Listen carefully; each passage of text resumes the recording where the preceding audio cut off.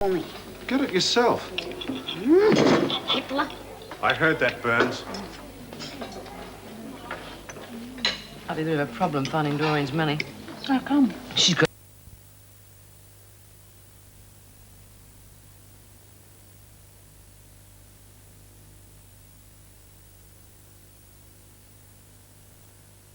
I'm still having these feelings.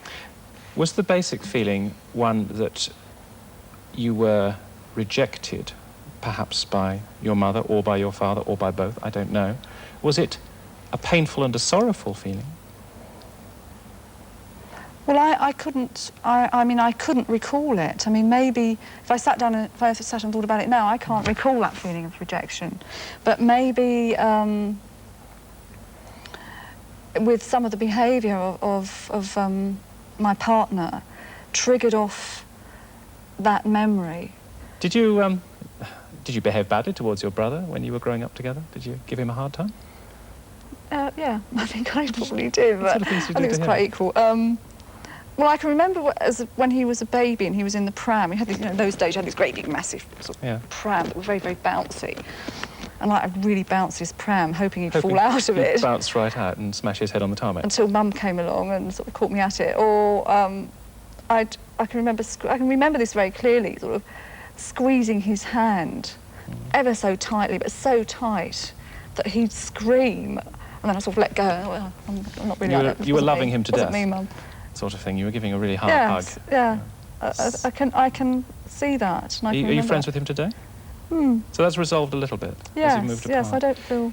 What about with your boyfriend? Were you experiencing jealousy about his previous lovers or relationships? I mean, a lot of people go through that, don't they? No, not really. I knew some of his his past girlfriends anyway, and liked them, and got on. Although there was one in particular, the one he was with before he met me, who he actually slept with once he started to go out with me. I'd fallen, well, I felt I'd fallen devastatingly in love. You were married at the time. I was married at the time. You met him, he was younger, and you started going with him, and then he slept with a former lover. Yes, which I suppose actually was okay, but he didn't tell me about it. He lied about it. He lied? And I felt I'd always been honest about the situation with my then husband. I was trying to get out of the marriage anyway. And I felt he hadn't been honest with me. And I think, really, it was a bad start, a bad foundation for the relationship, because I felt betrayed. Are you in a relationship now? No. Is there a reason for that? I think that the jealousy was telling me things about me. It was also telling me things about the partner that I was with. And I feel I need space and time and solitude to work that through. I also feel that jealousy takes up an awful lot of your energy, your creative energy, emotional energy. And I now have an abundance of it. So I feel there are things that I want to do that I wasn't able to do then because it was so all-consuming. You seem as though you've, as it were, got over quite a lot of the problem. Did therapy help, or was it just breaking up, or was it time? Well, the moment the relationship finished, I thought, right, this is it. I've got to go into counselling. I needed somebody to talk to. I had friends, but I think I needed somebody objective who could point a few fingers to show me where to go, in a way. And I went into what they call crisis counselling. And the woman I was with, or I'm still with, is not a psychotherapist. She's a qualified counsellor and sex therapist. And we've done a lot of work together, and I don't see her as often now. Does she help you to be angry, to help you to feel sad? What sort of... I think she helped me raise my self-esteem in the sense that it's not wrong to feel these feelings. It's not a bad thing. And there are ways of dealing with them. So But you've got to feel the whole feeling, way back into the past as well. You can't just have it about a non-existent lover of your own boyfriend. Yes. And you've got to be sad about mum and brother and being a little girl that nobody wanted to touch. I think what she's actually done and what she's helped me do is that I went through a period where I kept blaming my mother, and I felt very angry. towards her. So whenever I saw my mother, it was a very stilted relationship. And I couldn't talk to her about how I felt. And she's 74, and I think she would have found it very, very difficult. And I think I've resolved some of that anger. Do you think you're going to have another relationship? How old are you now? 40. 40. I don't know. I really don't know. It doesn't seem that important at the moment. Do you still feel that you're potentially a very jealous person? I like to think I'm not so much, because I feel that jealousy is symptomatic of low self-esteem and a fear of abandonment. And I feel that my self-esteem is not so low now, so there's a lot less room for that jealousy to feed and move into. Would you choose a younger man again? Yeah, why not? You would? Yeah. Well, maybe it's a sort of slightly more vulnerable causing area, but you think that you are going to have another relationship in that sense because you answered that question positively. All I'm going to say to you, Christine, is... Oh, nice one, yeah. Thank you very much for talking to us about your problem. Thanks.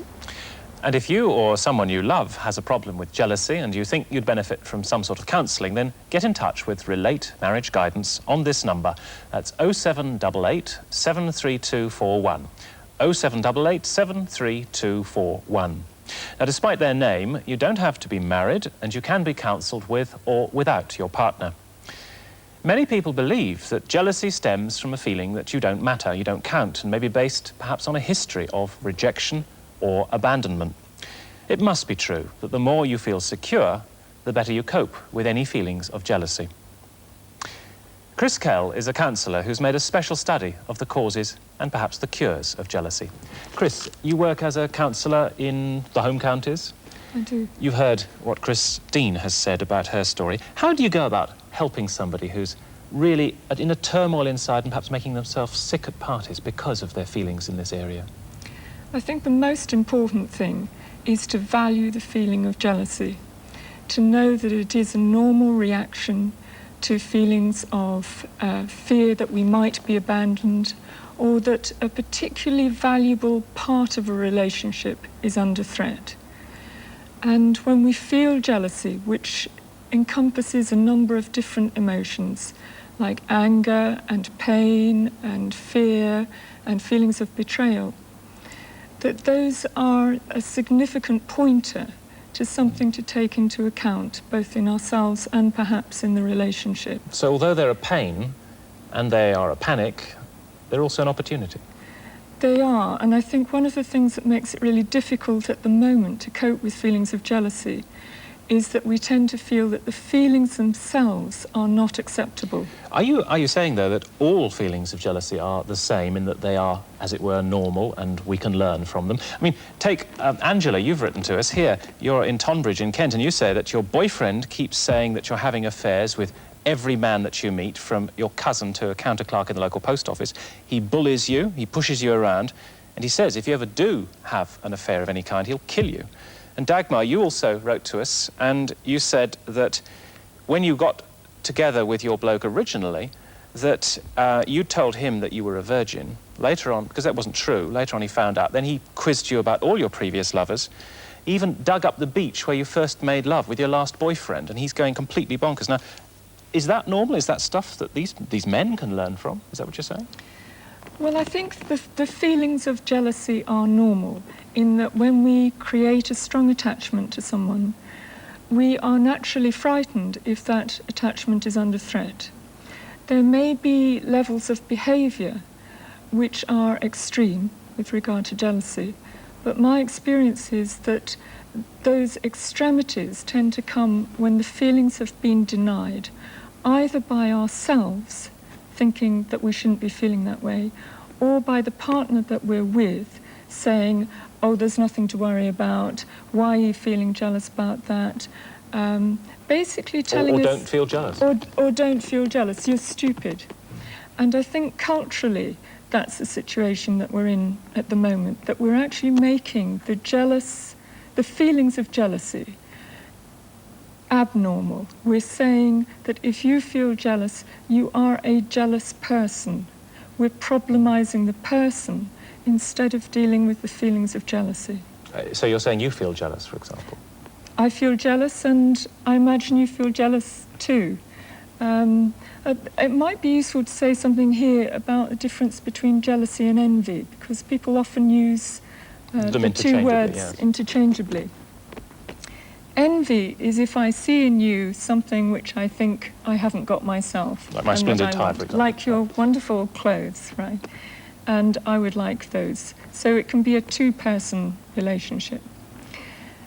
Jealousy is when I think I've got something, like a special relationship with you, and I perceive a threat from a third party or some other thing or person out there. So it's a three-person relationship, and it stems from feeling that there is something valuable here that I have and that I don't want to lose. And somehow I've got attached to that thing as if it is me, as if I lose that, I lose me somehow. I lose my identity, you mean? Yes, I think so, and even losing, yes, as you say, a sense of self. But very often when we go into loving relationships, it's because we feel happiest with that person. It's because they make us feel as though we're unique, we're free to be ourselves, we're loved in a very special way. And it's the specialness that gets threatened. Is that what you felt, Christine? Very much so. I think that really sums it up. But I do think you can be jealous not just of other people around that person that you really need and want and love to be with. I think you can be jealous of time too, and the time that they spend elsewhere. If you feel that they're not spending enough time with you, I don't think it necessarily has to be another woman or another man. Is there a sense in which somebody who is prone to these kinds of open feelings of jealousy, but they can't quite understand the whole thing, but their behaviour is known to be jealous, they sort of attract somebody who says to themselves, there's somebody I can have fun with or manipulate or hurt. Is there a sort of system in the relationship? I think there can be. I think jealousy is the more obvious sign of what Christine was describing as lack of self-worth, insecurity. I think most people have some lack of self-worth and insecurity. We're worried about something about ourselves. That's and not right. strong somewhere. And one of the ways in which you can make yourself feel more powerful is to be with somebody who's jealous of you, who makes you feel very safe, because they're always worried that you're going to go off with someone else.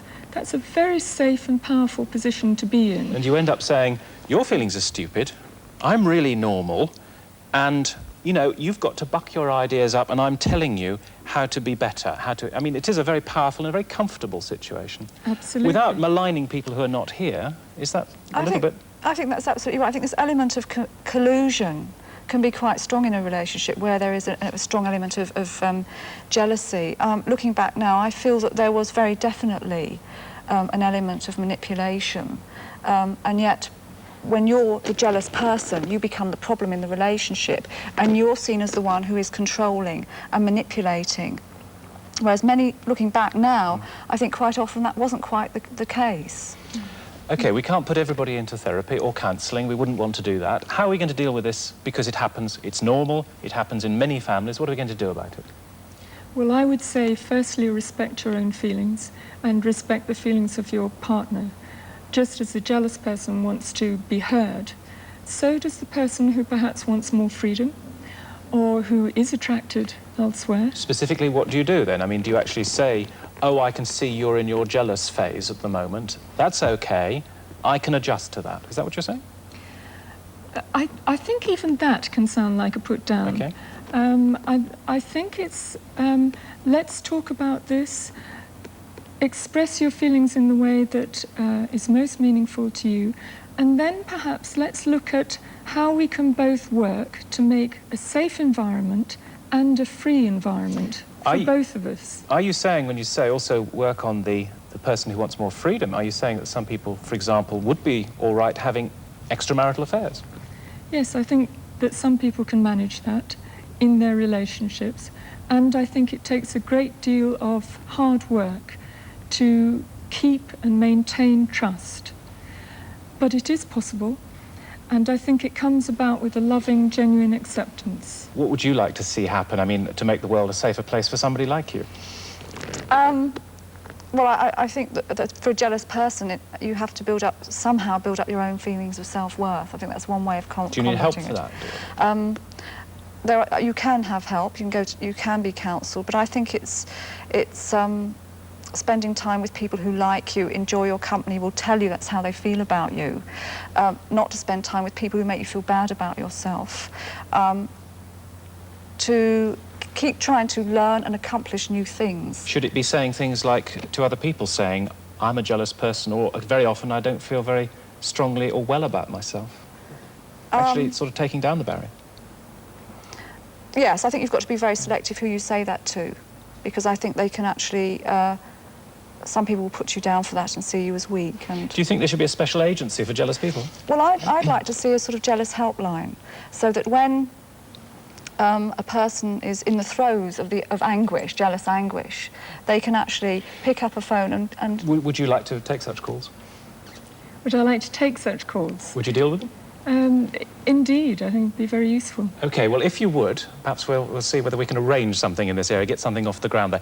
If you at home would like more information about jealousy, we've prepared a fact sheet which has all the details. You can get it by writing to us at this address, that's Hodson Confidential, P.O. Box 99, Maidstone in Kent, Hodson Confidential, P.O. Box 99, Maidstone in Kent. And you can write to me at the same address about what we've talked about, or if you'd like to tell me about any sexual or emotional problem that you may have. I'll be back with more straight talk about sexual and emotional matters. In the meantime, have fun, but stay safe. Good night.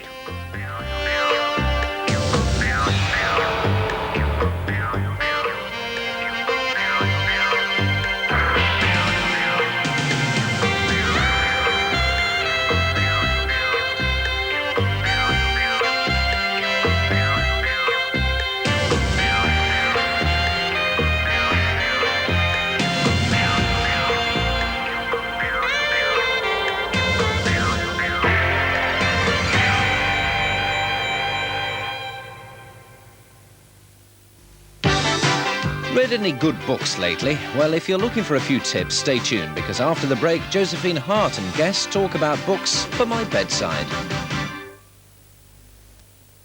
Sunday Mystery at 8:45 on Central. Another case for the famous detective. Now, what brings you to consult? Hercule Poirot. I learnt a lot from Monsieur Treadwell. And? There is one thing I do not understand. I don't understand any of it. Well, it's not the carburetor, anyway. I want to hear what it was, not what it was not. That's Agatha Christie's Poirot, Sundays at 8:45 on Central. Hi there, like to introduce someone you haven't seen for a while. No, not the Invisible Man, Cadbury's Creme Eggs. Extinct, rethink. Take it slow, Dodo. And making a mysterious reappearance, that egg's going west, Celeste. Cadbury's Creme Eggs. How will you eat yours? Pick up the phone now and call Chatterbox on 0898 555 888 and make new friends all over the UK. Just ring 0898 555 888. With the guilty verdict to dead cert, your private detective celebrates with a pint of Tennent's Pilsner. Not guilty. He's got off. Confident that due to his evidence, the Mr. Big is about to spend the next 20 years behind bars. And I'm about to spend the next 20 minutes in front of this one. Cheers. Now, Tennent's Pilsner is good, but not that good. Come on, Diane. Back in Hollywood, you could have it all. A real penthouse suite in a real skyscraper with a real pool. Let's have a coffee and discuss it, shall we? Well, you know, I'm used to real coffee. Oh, I think we can manage that. Nescafe's special blend and roast really does have a richer, smoother taste. Now, that's what I call a real cup of coffee. Had a feeling you might. Nescafe, coffee at its best. Runny nose, sore throat, coughs, sneezes, and the shivers. Wouldn't it be nice if you could get relief from all these misery-making cold symptoms?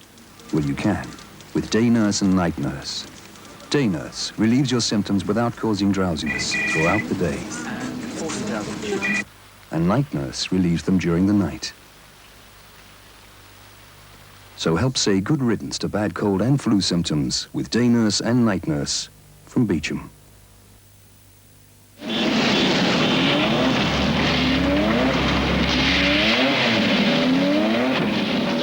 And the warm-up lap is underway.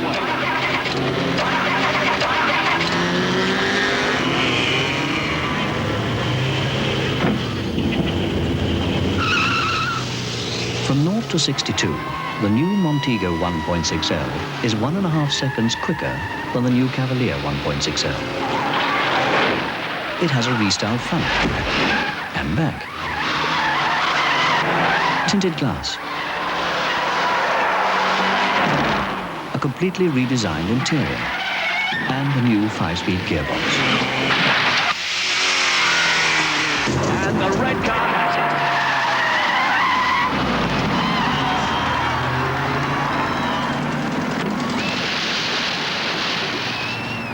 The new Montego 1.6L. Day and night, something for everyone, kids and mums, dads alike. Thrills and twirls, water worlds, something for everyone, spoiled for choice. Restaurants, day and night, holiday, holiday. Every day, what a choice of where to stay. Value-packed holiday, gotta come back. Get your Butlin's Holiday Worlds brochure now. Call free on 0800 900 950. When it begins to rain, most drivers... when it begins to rain... Thank you. Most drivers immediately switch on their windscreen wipers. And then, of course, they close the windows. Naturally, the windows begin to mist up. So the good driver switches on the screen heater and demister. If visibility is poor, headlights must be used. Windscreen washers should be used constantly to clear spray and dirt thrown up by other vehicles. This is essential when driving in high-speed traffic. And finally, in wet weather, slow down. Now, if you have to brake in the wet, you need at least twice the space to stop it. Well done. So there you are. You now know how to reach your destination safely in the rain. Or when you get there, make sure you've got an umbrella. It's coming. Thrill to the top 10 rundown. Let rip with the rock chart. Midday Saturday and midnight Sundays, the Chart Show. Now Josephine Hart talks to novelist Candida McWilliam about the books by her bedside.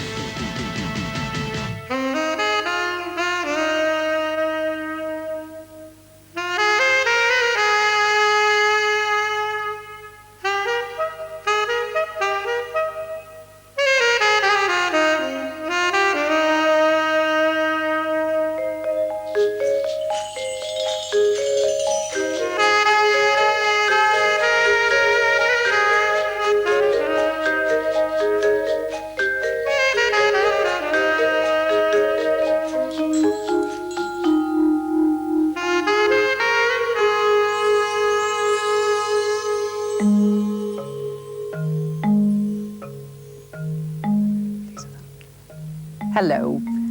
Of all the first novels likely to be published in 1988, wrote the Daily Mail this time last year, no new writer can make a more stunning entrance than the beauteous Candida McWilliam.